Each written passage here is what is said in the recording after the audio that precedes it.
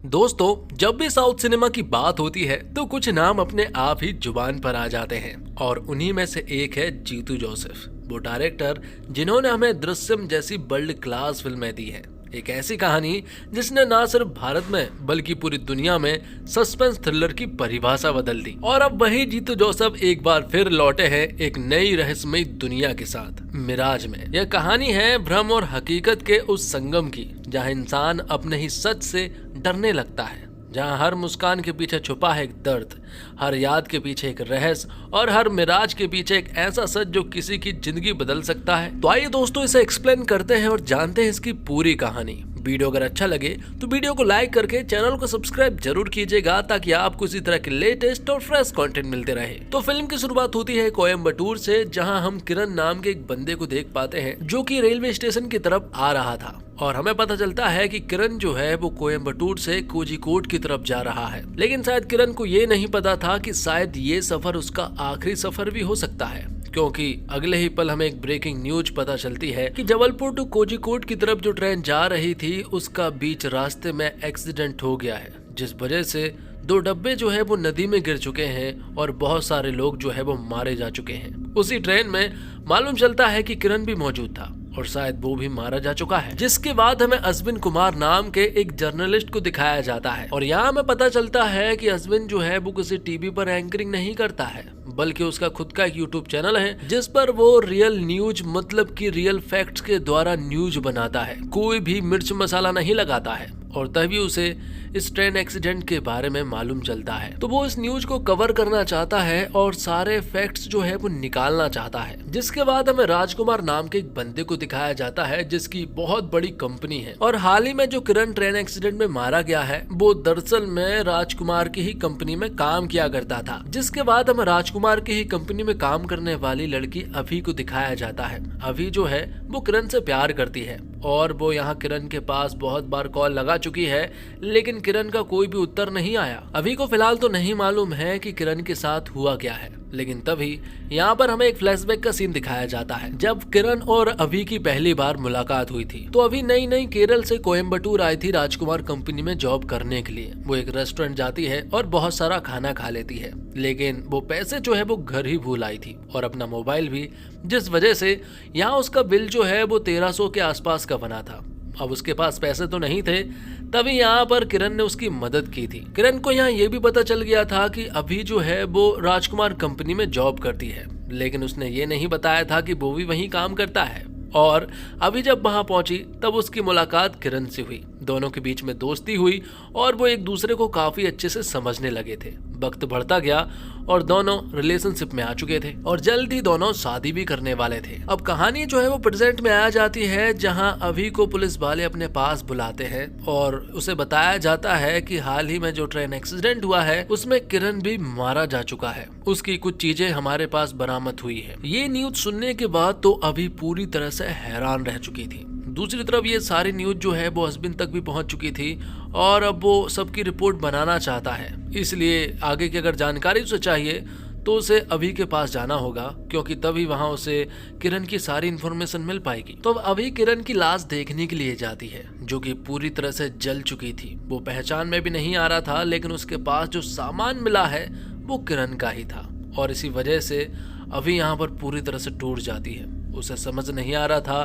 कि आखिरकार अब करना क्या है। और अब हमें दूसरी तरफ राजकुमार को दिखाया जाता है और राजकुमार यहाँ बहुत ज्यादा टेंशन में नजर आ रहा है। बात कुछ ऐसी है कि किरण के जाने से उसे दुख नहीं है, बल्कि दुख इस बात का है कि अश्विन के पास कुछ ऐसी इंफॉर्मेशन है, कुछ ऐसी हार्ड ड्राइव है जो कि अगर बाहर आ गई तो राजकुमार के लिए बहुत बड़ी प्रॉब्लम हो सकती है। इसलिए वो अपने एक बंदे मतलब कि रियाज को हायर करता है और उससे कहता है कि मुझे वो हार्ड ड्राइव किसी भी हालत में चाहिए। यहाँ हम देखते हैं कि अश्विन जो है वो शुरुआत से ही अभी और उसकी दोस्त रितिका का पीछा कर रहा था। रितिका यहाँ पर अभी को समझा रही थी कि जो हो गया वो हो गया, हमें आगे बढ़ना होगा, लेकिन अभी तो यहाँ अपनी जॉब छोड़ने की बात कर रही थी। वो पता करना चाहती है कि आखिरकार किरण के साथ हुआ क्या है, क्योंकि किरण जहाँ भी जाता था वो उसे बताकर जाता था। इस बार जरूर कुछ ना कुछ तो हुआ है जिस वजह से किरण उसे बता भी नहीं पाया। कि तभी हम देखते हैं कि अभी के घर पर एसपी आता है। एसपी यहाँ पर दोनों से बात करना चाहता है और फिर बातों ही बातों में एसपी यहाँ पर अभी से उस हार्ड ड्राइव के बारे में पूछ लेता है जो कि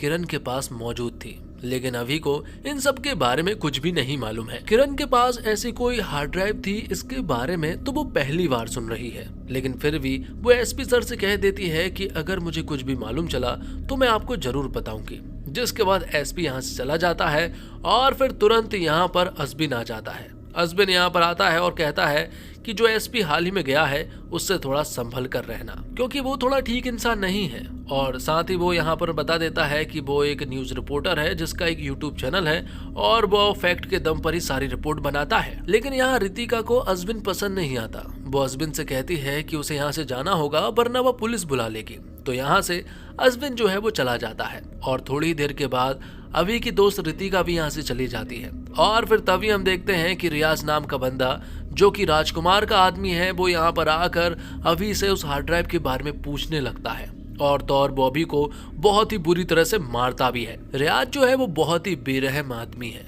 वो उस हार्ड ड्राइव के लिए किसी की जान भी ले सकता है। ये सारी चीजें अभी ने देख ली थी और तो और यहीं पर हम अजबिन को भी देख पाते हैं जो ये सारी चीजें बाहर से देख रहा होता है। तो अभी को बचाने के लिए अजबिन बाहर कुछ आवाजें करता है जिस वजह से रियाज को यहाँ से जाना पड़ता है। लेकिन जाते जाते रियाज ने अभी से कह दिया था कि वो हार्ड ड्राइव मुझे किसी भी हालत में चाहिए और अगर पुलिस के पास जाने की कोशिश की तो वो उसे जान से मार देगा।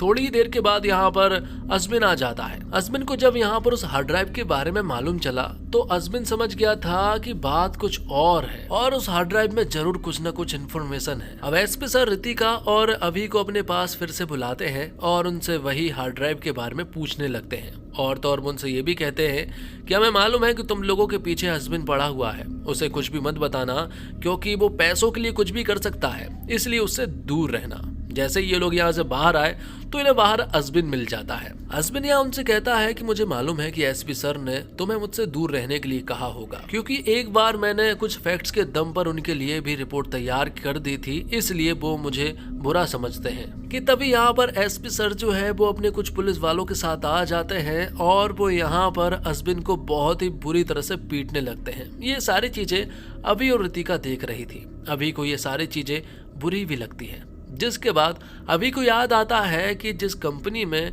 किरण काम करता था वहीं पर एक लॉकर भी था और उस लॉकर में कुछ न कुछ चीजें तो जरूर रखी है। जैसे ही वो कंपनी के उस लॉकर को चेक करते हैं तो अभी को किरण के लॉकर से एक चाबी मिलती है, लेकिन उस चाबी का काम क्या है, कौन सा ताला खुलता है, कौन सा लॉकर खुलता है, ये चीज अभी को नहीं मालूम है। तब अभी जो है वो यहाँ अजबिन की मदद लेती है। अजबिन को भी उस चाबी का अच्छा खासा नॉलेज है। वो बताता है कि ये चाबी दरअसल में रेलवे स्टेशन के लॉकर की चाबी है जो कि कोझिकोड के रेलवे स्टेशन के लॉकर की चाबी है, इसलिए वो वहाँ जाने लगते हैं। जैसे ही वो लोग यहाँ से निकले कि तभी यहाँ पर अभी की मुलाकात हो जाती है रितिका से, क्योंकि वो लोग रितिका से छिपते हुए जा रहे थे, इसलिए रितिका को अच्छा नहीं लगा। पर अभी यहाँ रितिका को सब बता देती है कि हमारा वहाँ जाना बहुत जरूरी है क्योंकि उस लॉकर से शायद वो हार्ड ड्राइव हमें मिल सकती है और अगर वो हमें मिल जाएगी तो फिर सारी प्रॉब्लम सॉल्व हो जाएगी, सारी इन्फॉर्मेशन हमारे पास होगी। और रही बात पुलिस वाले और रियाज के लोगों की, तो उन्हें डिस्ट्रैक्ट करने का काम तुम्हारा है क्योंकि अभी का मोबाइल हम यहीं पर छोड़ कर जाएंगे। जब उसका मोबाइल तुम्हारी कार में होगा तो उन्हें नहीं लगेगा कि अभी कहीं बाहर गई है, जिससे कि हम सारी इन्फॉर्मेशन निकाल लेंगे। जिसके बाद वो लोग कोझिकोड के रेलवे स्टेशन पहुंच जाते हैं जहां जब किरण के लॉकर को चेक किया जाता है तो वहां कुछ चीजें मिलती है, लेकिन उन्हें यहाँ पर भी वो हार्ड ड्राइव तो नहीं मिली थी। उस लॉकर से उन्हें किरण की कुछ फोटोज मिलती है और यहाँ किरण और उसकी माँ की भी फोटो थी, जबकि किरण ने अभी को बताया था कि उसकी माँ भी इस दुनिया में नहीं रही है। और तो और फोटो के पीछे ही किरण के घर का एड्रेस भी था और जो कि पास में ही है, इसलिए यहाँ अजबिन और अभी मिलकर उसके घर पहुंच जाते हैं जहाँ उनकी मुलाकात होती है किरण की माँ से। किरण की माँ को ये लोग बताते हैं कि वो दरअसल में किरण के साथ काम करते हैं और वो लोग यहाँ से गुजर रहे थे, इसलिए वो आपसे मिलने के लिए आ गए। पर किरण की माँ को ये बात नहीं मालूम है कि किरण इस दुनिया में नहीं है, वो तो बस यहाँ किरण के बारे में बात कर रही थी। और उन्हें ये भी पता है कि पिछली बार जब किरण घर आया था तो उसने कहा था कि वो जल्द ही जॉब छोड़ने वाला है। कि तभी अभी की नजर पड़ती है दीवार पर टंगी फोटो पर जिसमें किरण का नाम अमल लिखा हुआ था। ये देखकर अभी पूछती है कि क्या किरण का कुछ और नाम भी था। ये सुनकर यहाँ पर किरण की माँ हैरान रह चुकी थी और वो अभी से कहती है कि उनकी पूजा का टाइम हो चुका है, इसलिए अब वो यहाँ से जा सकते हैं। बाहर निकलने पर अजमिन को मालूम चलता है कि कुछ न कुछ गड़बड़ तो जरूर है, इसलिए वो वापस यहाँ पर कल जरूर आएंगे। और तो और उन्हें यहाँ किरण के कॉटेज के बारे में भी मालूम चलता है जो कि पास ही में है, इसलिए वो कल वहाँ भी जाएंगे। इसलिए आज रात वो एक होटल में रुकते हैं कि तभी उसी होटल में रियाज आ जाता है और वो उनके ऊपर हमला कर देता है। रियाज को सब कुछ मालूम है कि ये लोग कोझिकोड के रेलवे स्टेशन के लॉकर तक पहुंचे थे और तो और वो किरण की माँ से भी मिले थे। ये सारी बातें रियाज को कैसे मालूम है उन्हें समझ नहीं आ रहा था। उन्हें ऐसा लग रहा है कि शायद रियाज शुरुआत से ही उनका पीछा कर रहा था। रियाज ने साफ साफ कह दिया था कि वो हार्ड ड्राइव मुझे किसी भी हालत में चाहिए, वरना वो दोनों को ही मार देगा। अवसबिन यहाँ अभी से कहता है कि हमें किरण के कॉटेज जाना चाहिए, तभी हमें शायद सारी चीजें पता चल पाएगी। तो अगले दिन वो लोग किरण के कॉटेज पहुंच जाते हैं और वहां जाकर इन्वेस्टिगेशन करने लगते हैं कि तभी अचानक से यहाँ पर आग लग जाती है और ऐसा लग रहा था जैसे ये आग जो है वो लगाई गई है। यहाँ पर अजबिन आग बुझाने की काफी कोशिश करता है कि तभी हमें मालूम चलता है कि ये आग दरअसल में किरण ने लगाई है, जिससे ये तो साबित हो गया था कि किरण जिंदा है। तो अभी तो यहाँ पर बेहोश हो चुकी थी, लेकिन अजबिन ने यहाँ पर किसी तरह से अभी की जान बचाई है और उसे तुरंत ही हॉस्पिटल लेकर जाता है। अभी बिल्कुल ठीक है और अब अजबिन अभी से बात करता है कि उसे ऐसा लगता है कि कॉटेज में आग लगी नहीं है बल्कि किसी ने लगाई है। और तो और अभी को तो ऐसा लग रहा है कि शायद ये आग जो है वो किरण ने ही लगाई है। उसे ये सारी चीजें महसूस हो रही थी। लेकिन रितिका कहती है कि तुम हर कुछ सोच रही हो, तुम्हें उल्टा सीधा नहीं सोचना चाहिए, तुम्हें बस आराम करना चाहिए। लेकिन यहाँ पर अभी जो है वो अब सारे राज बताने लगती है। वो बताती है कि किरण राजकुमार का डेटा लीक करने वाला है, उसकी सारी इन्फॉर्मेशन निकालने वाला है। ये बात उसे पहले से पता थी। इसके बारे में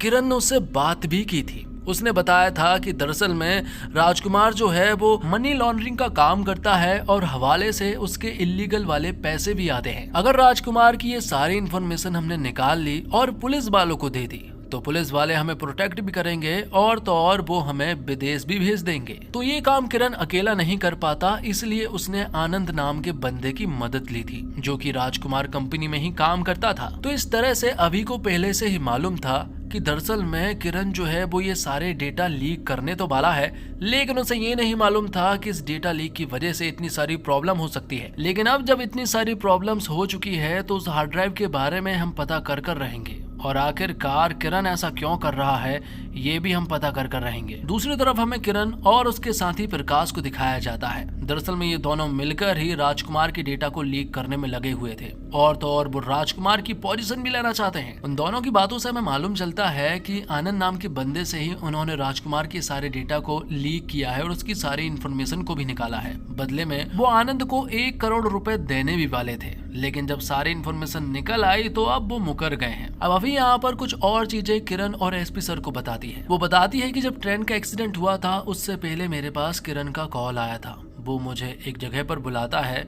और हम दोनों उस रात मिलते हैं। किरण ने मुझे बताया कि जो डेटा हमें चाहिए था वो सारा डेटा हमारे पास आ गया है, सारी इन्फॉर्मेशन आ चुकी है और अब वो सारी इन्फॉर्मेशन हम पुलिस वालों के पास लेकर जाएंगे, जिससे कि राजकुमार की सारी पोल पट्टी खुल जाएगी और वो लोग हमें सही सलामत विदेश भी भेज देंगे।